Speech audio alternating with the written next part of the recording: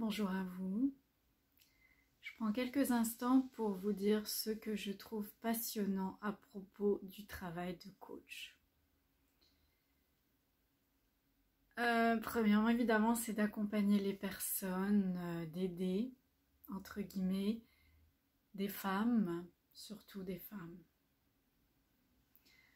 à révéler leur plus haut potentiel, à être la meilleure version d'eux-mêmes, d'elles-mêmes, à vivre leur vie dans toutes ses splendeurs, à s'épanouir sur tous les plans, à se réaliser, à incarner leur vision, leur mission. Il y a autre chose dont je voulais vous parler aussi. C'est en lien avec la multidimensionnalité de la vie et de l'être humain. Il y a une part de soi qu'on appelle le petit soi qui prend beaucoup de place de par notre éducation, de par la société dans laquelle on est, très axée sur le paraître, sur le pouvoir, sur l'argent aussi, sur le savoir, et pas tellement le savoir-être, savoir-vivre, mais surtout le savoir dans la connaissance, le rationnel, l'éducation pure et dure, l'intelligence, surtout intellectuelle plus qu'émotionnelle, même si on parle beaucoup de l'intelligence émotionnelle dernièrement, il n'empêche que la tête est toujours prédominante par rapport au cœur et que ce sont deux énergies qui sont complémentaires. Je ne veux vraiment pas nier l'importance du mental ici, mais j'estime que le mental et l'ego doivent être au service d'une mission qui est plus grande que le petit jeu, mais vraiment en étant connecté à notre essence, à notre guide intérieur, à ce qu'on pourrait aussi appeler l'âme, à cette part spirituelle de soi, le grand soi, avec un S majuscule en fait, qui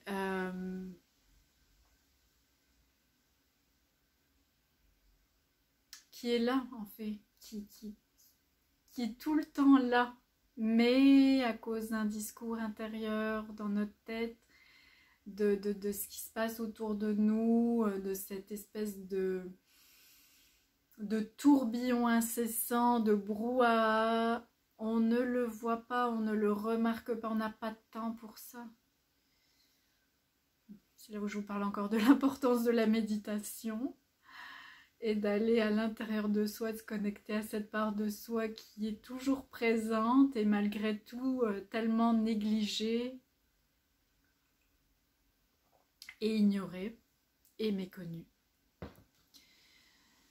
Et donc, on a cette part de soi qui est plus l'ego, la personnalité, qui va avoir des frustrations, des émotions diverses, toutes les émotions possibles et imaginables, le discours intérieur dans la tête, le brouhaha, les parasites, les pensées anxiogènes et autres qui viennent nous perturber de temps à autre, qui s'acharnent, qui s'enchaînent implacablement. Et nous, ce qu'on veut, c'est se libérer. En tout cas, quand on est dans ce processus d'ouverture, d'envol, d'évolution, d'éveil, on veut se libérer des conditionnements. On a une condition humaine, c'est vrai, mais peut-être qu'on veut être plus en paix avec cette condition humaine. Peut-être qu'on veut être plus dans le bien-être, dans ce qu'on appelle le bonheur, la paix, le lâcher-prise, la confiance, la foi. Il n'y a pas de mal à utiliser le mot foi, ni le mot spirituel. Je n'irai pas dans les détails. Pour moi, c'est qu'on a adopté un langage qui vient d'une civilisation qui qui n'en finit plus de se mordre la queue, comme l'Ouroboros, parce qu'on est en train de se détruire soi-même, de s'auto-détruire. On est dans un cycle infernal. Et en fait, c'est ce qui se passe dans le monde, sur cette terre. On est en train de se détruire. Quand on pense à la guerre, à tout ce qui se passe, les abus, les agressions, les crimes, les meurtres, tout, enfin, je ne vais même pas énumérer tout ce qui peut arriver dans le monde. C'est même pas un jugement pour moi, c'est même pas une sorte de... C'est même pas un mal en soi, parce que on est dans un monde comme ça, avec une dualité, mais il ne dépend que de nous, que de nous, que de soi-même, de revenir à l'unité, à l'harmonie, à la paix intérieure. Et ce n'est qu'en étant en paix avec soi-même qu'on sera en paix avec les autres.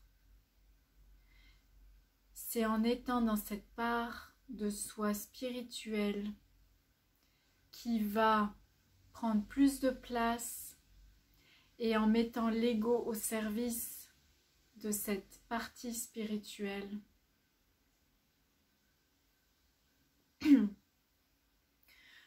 que le monde possiblement pourra évoluer.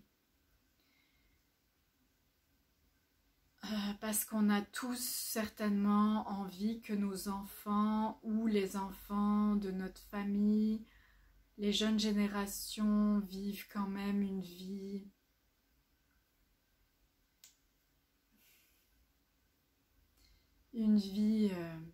tranquille, paisible et heureuse.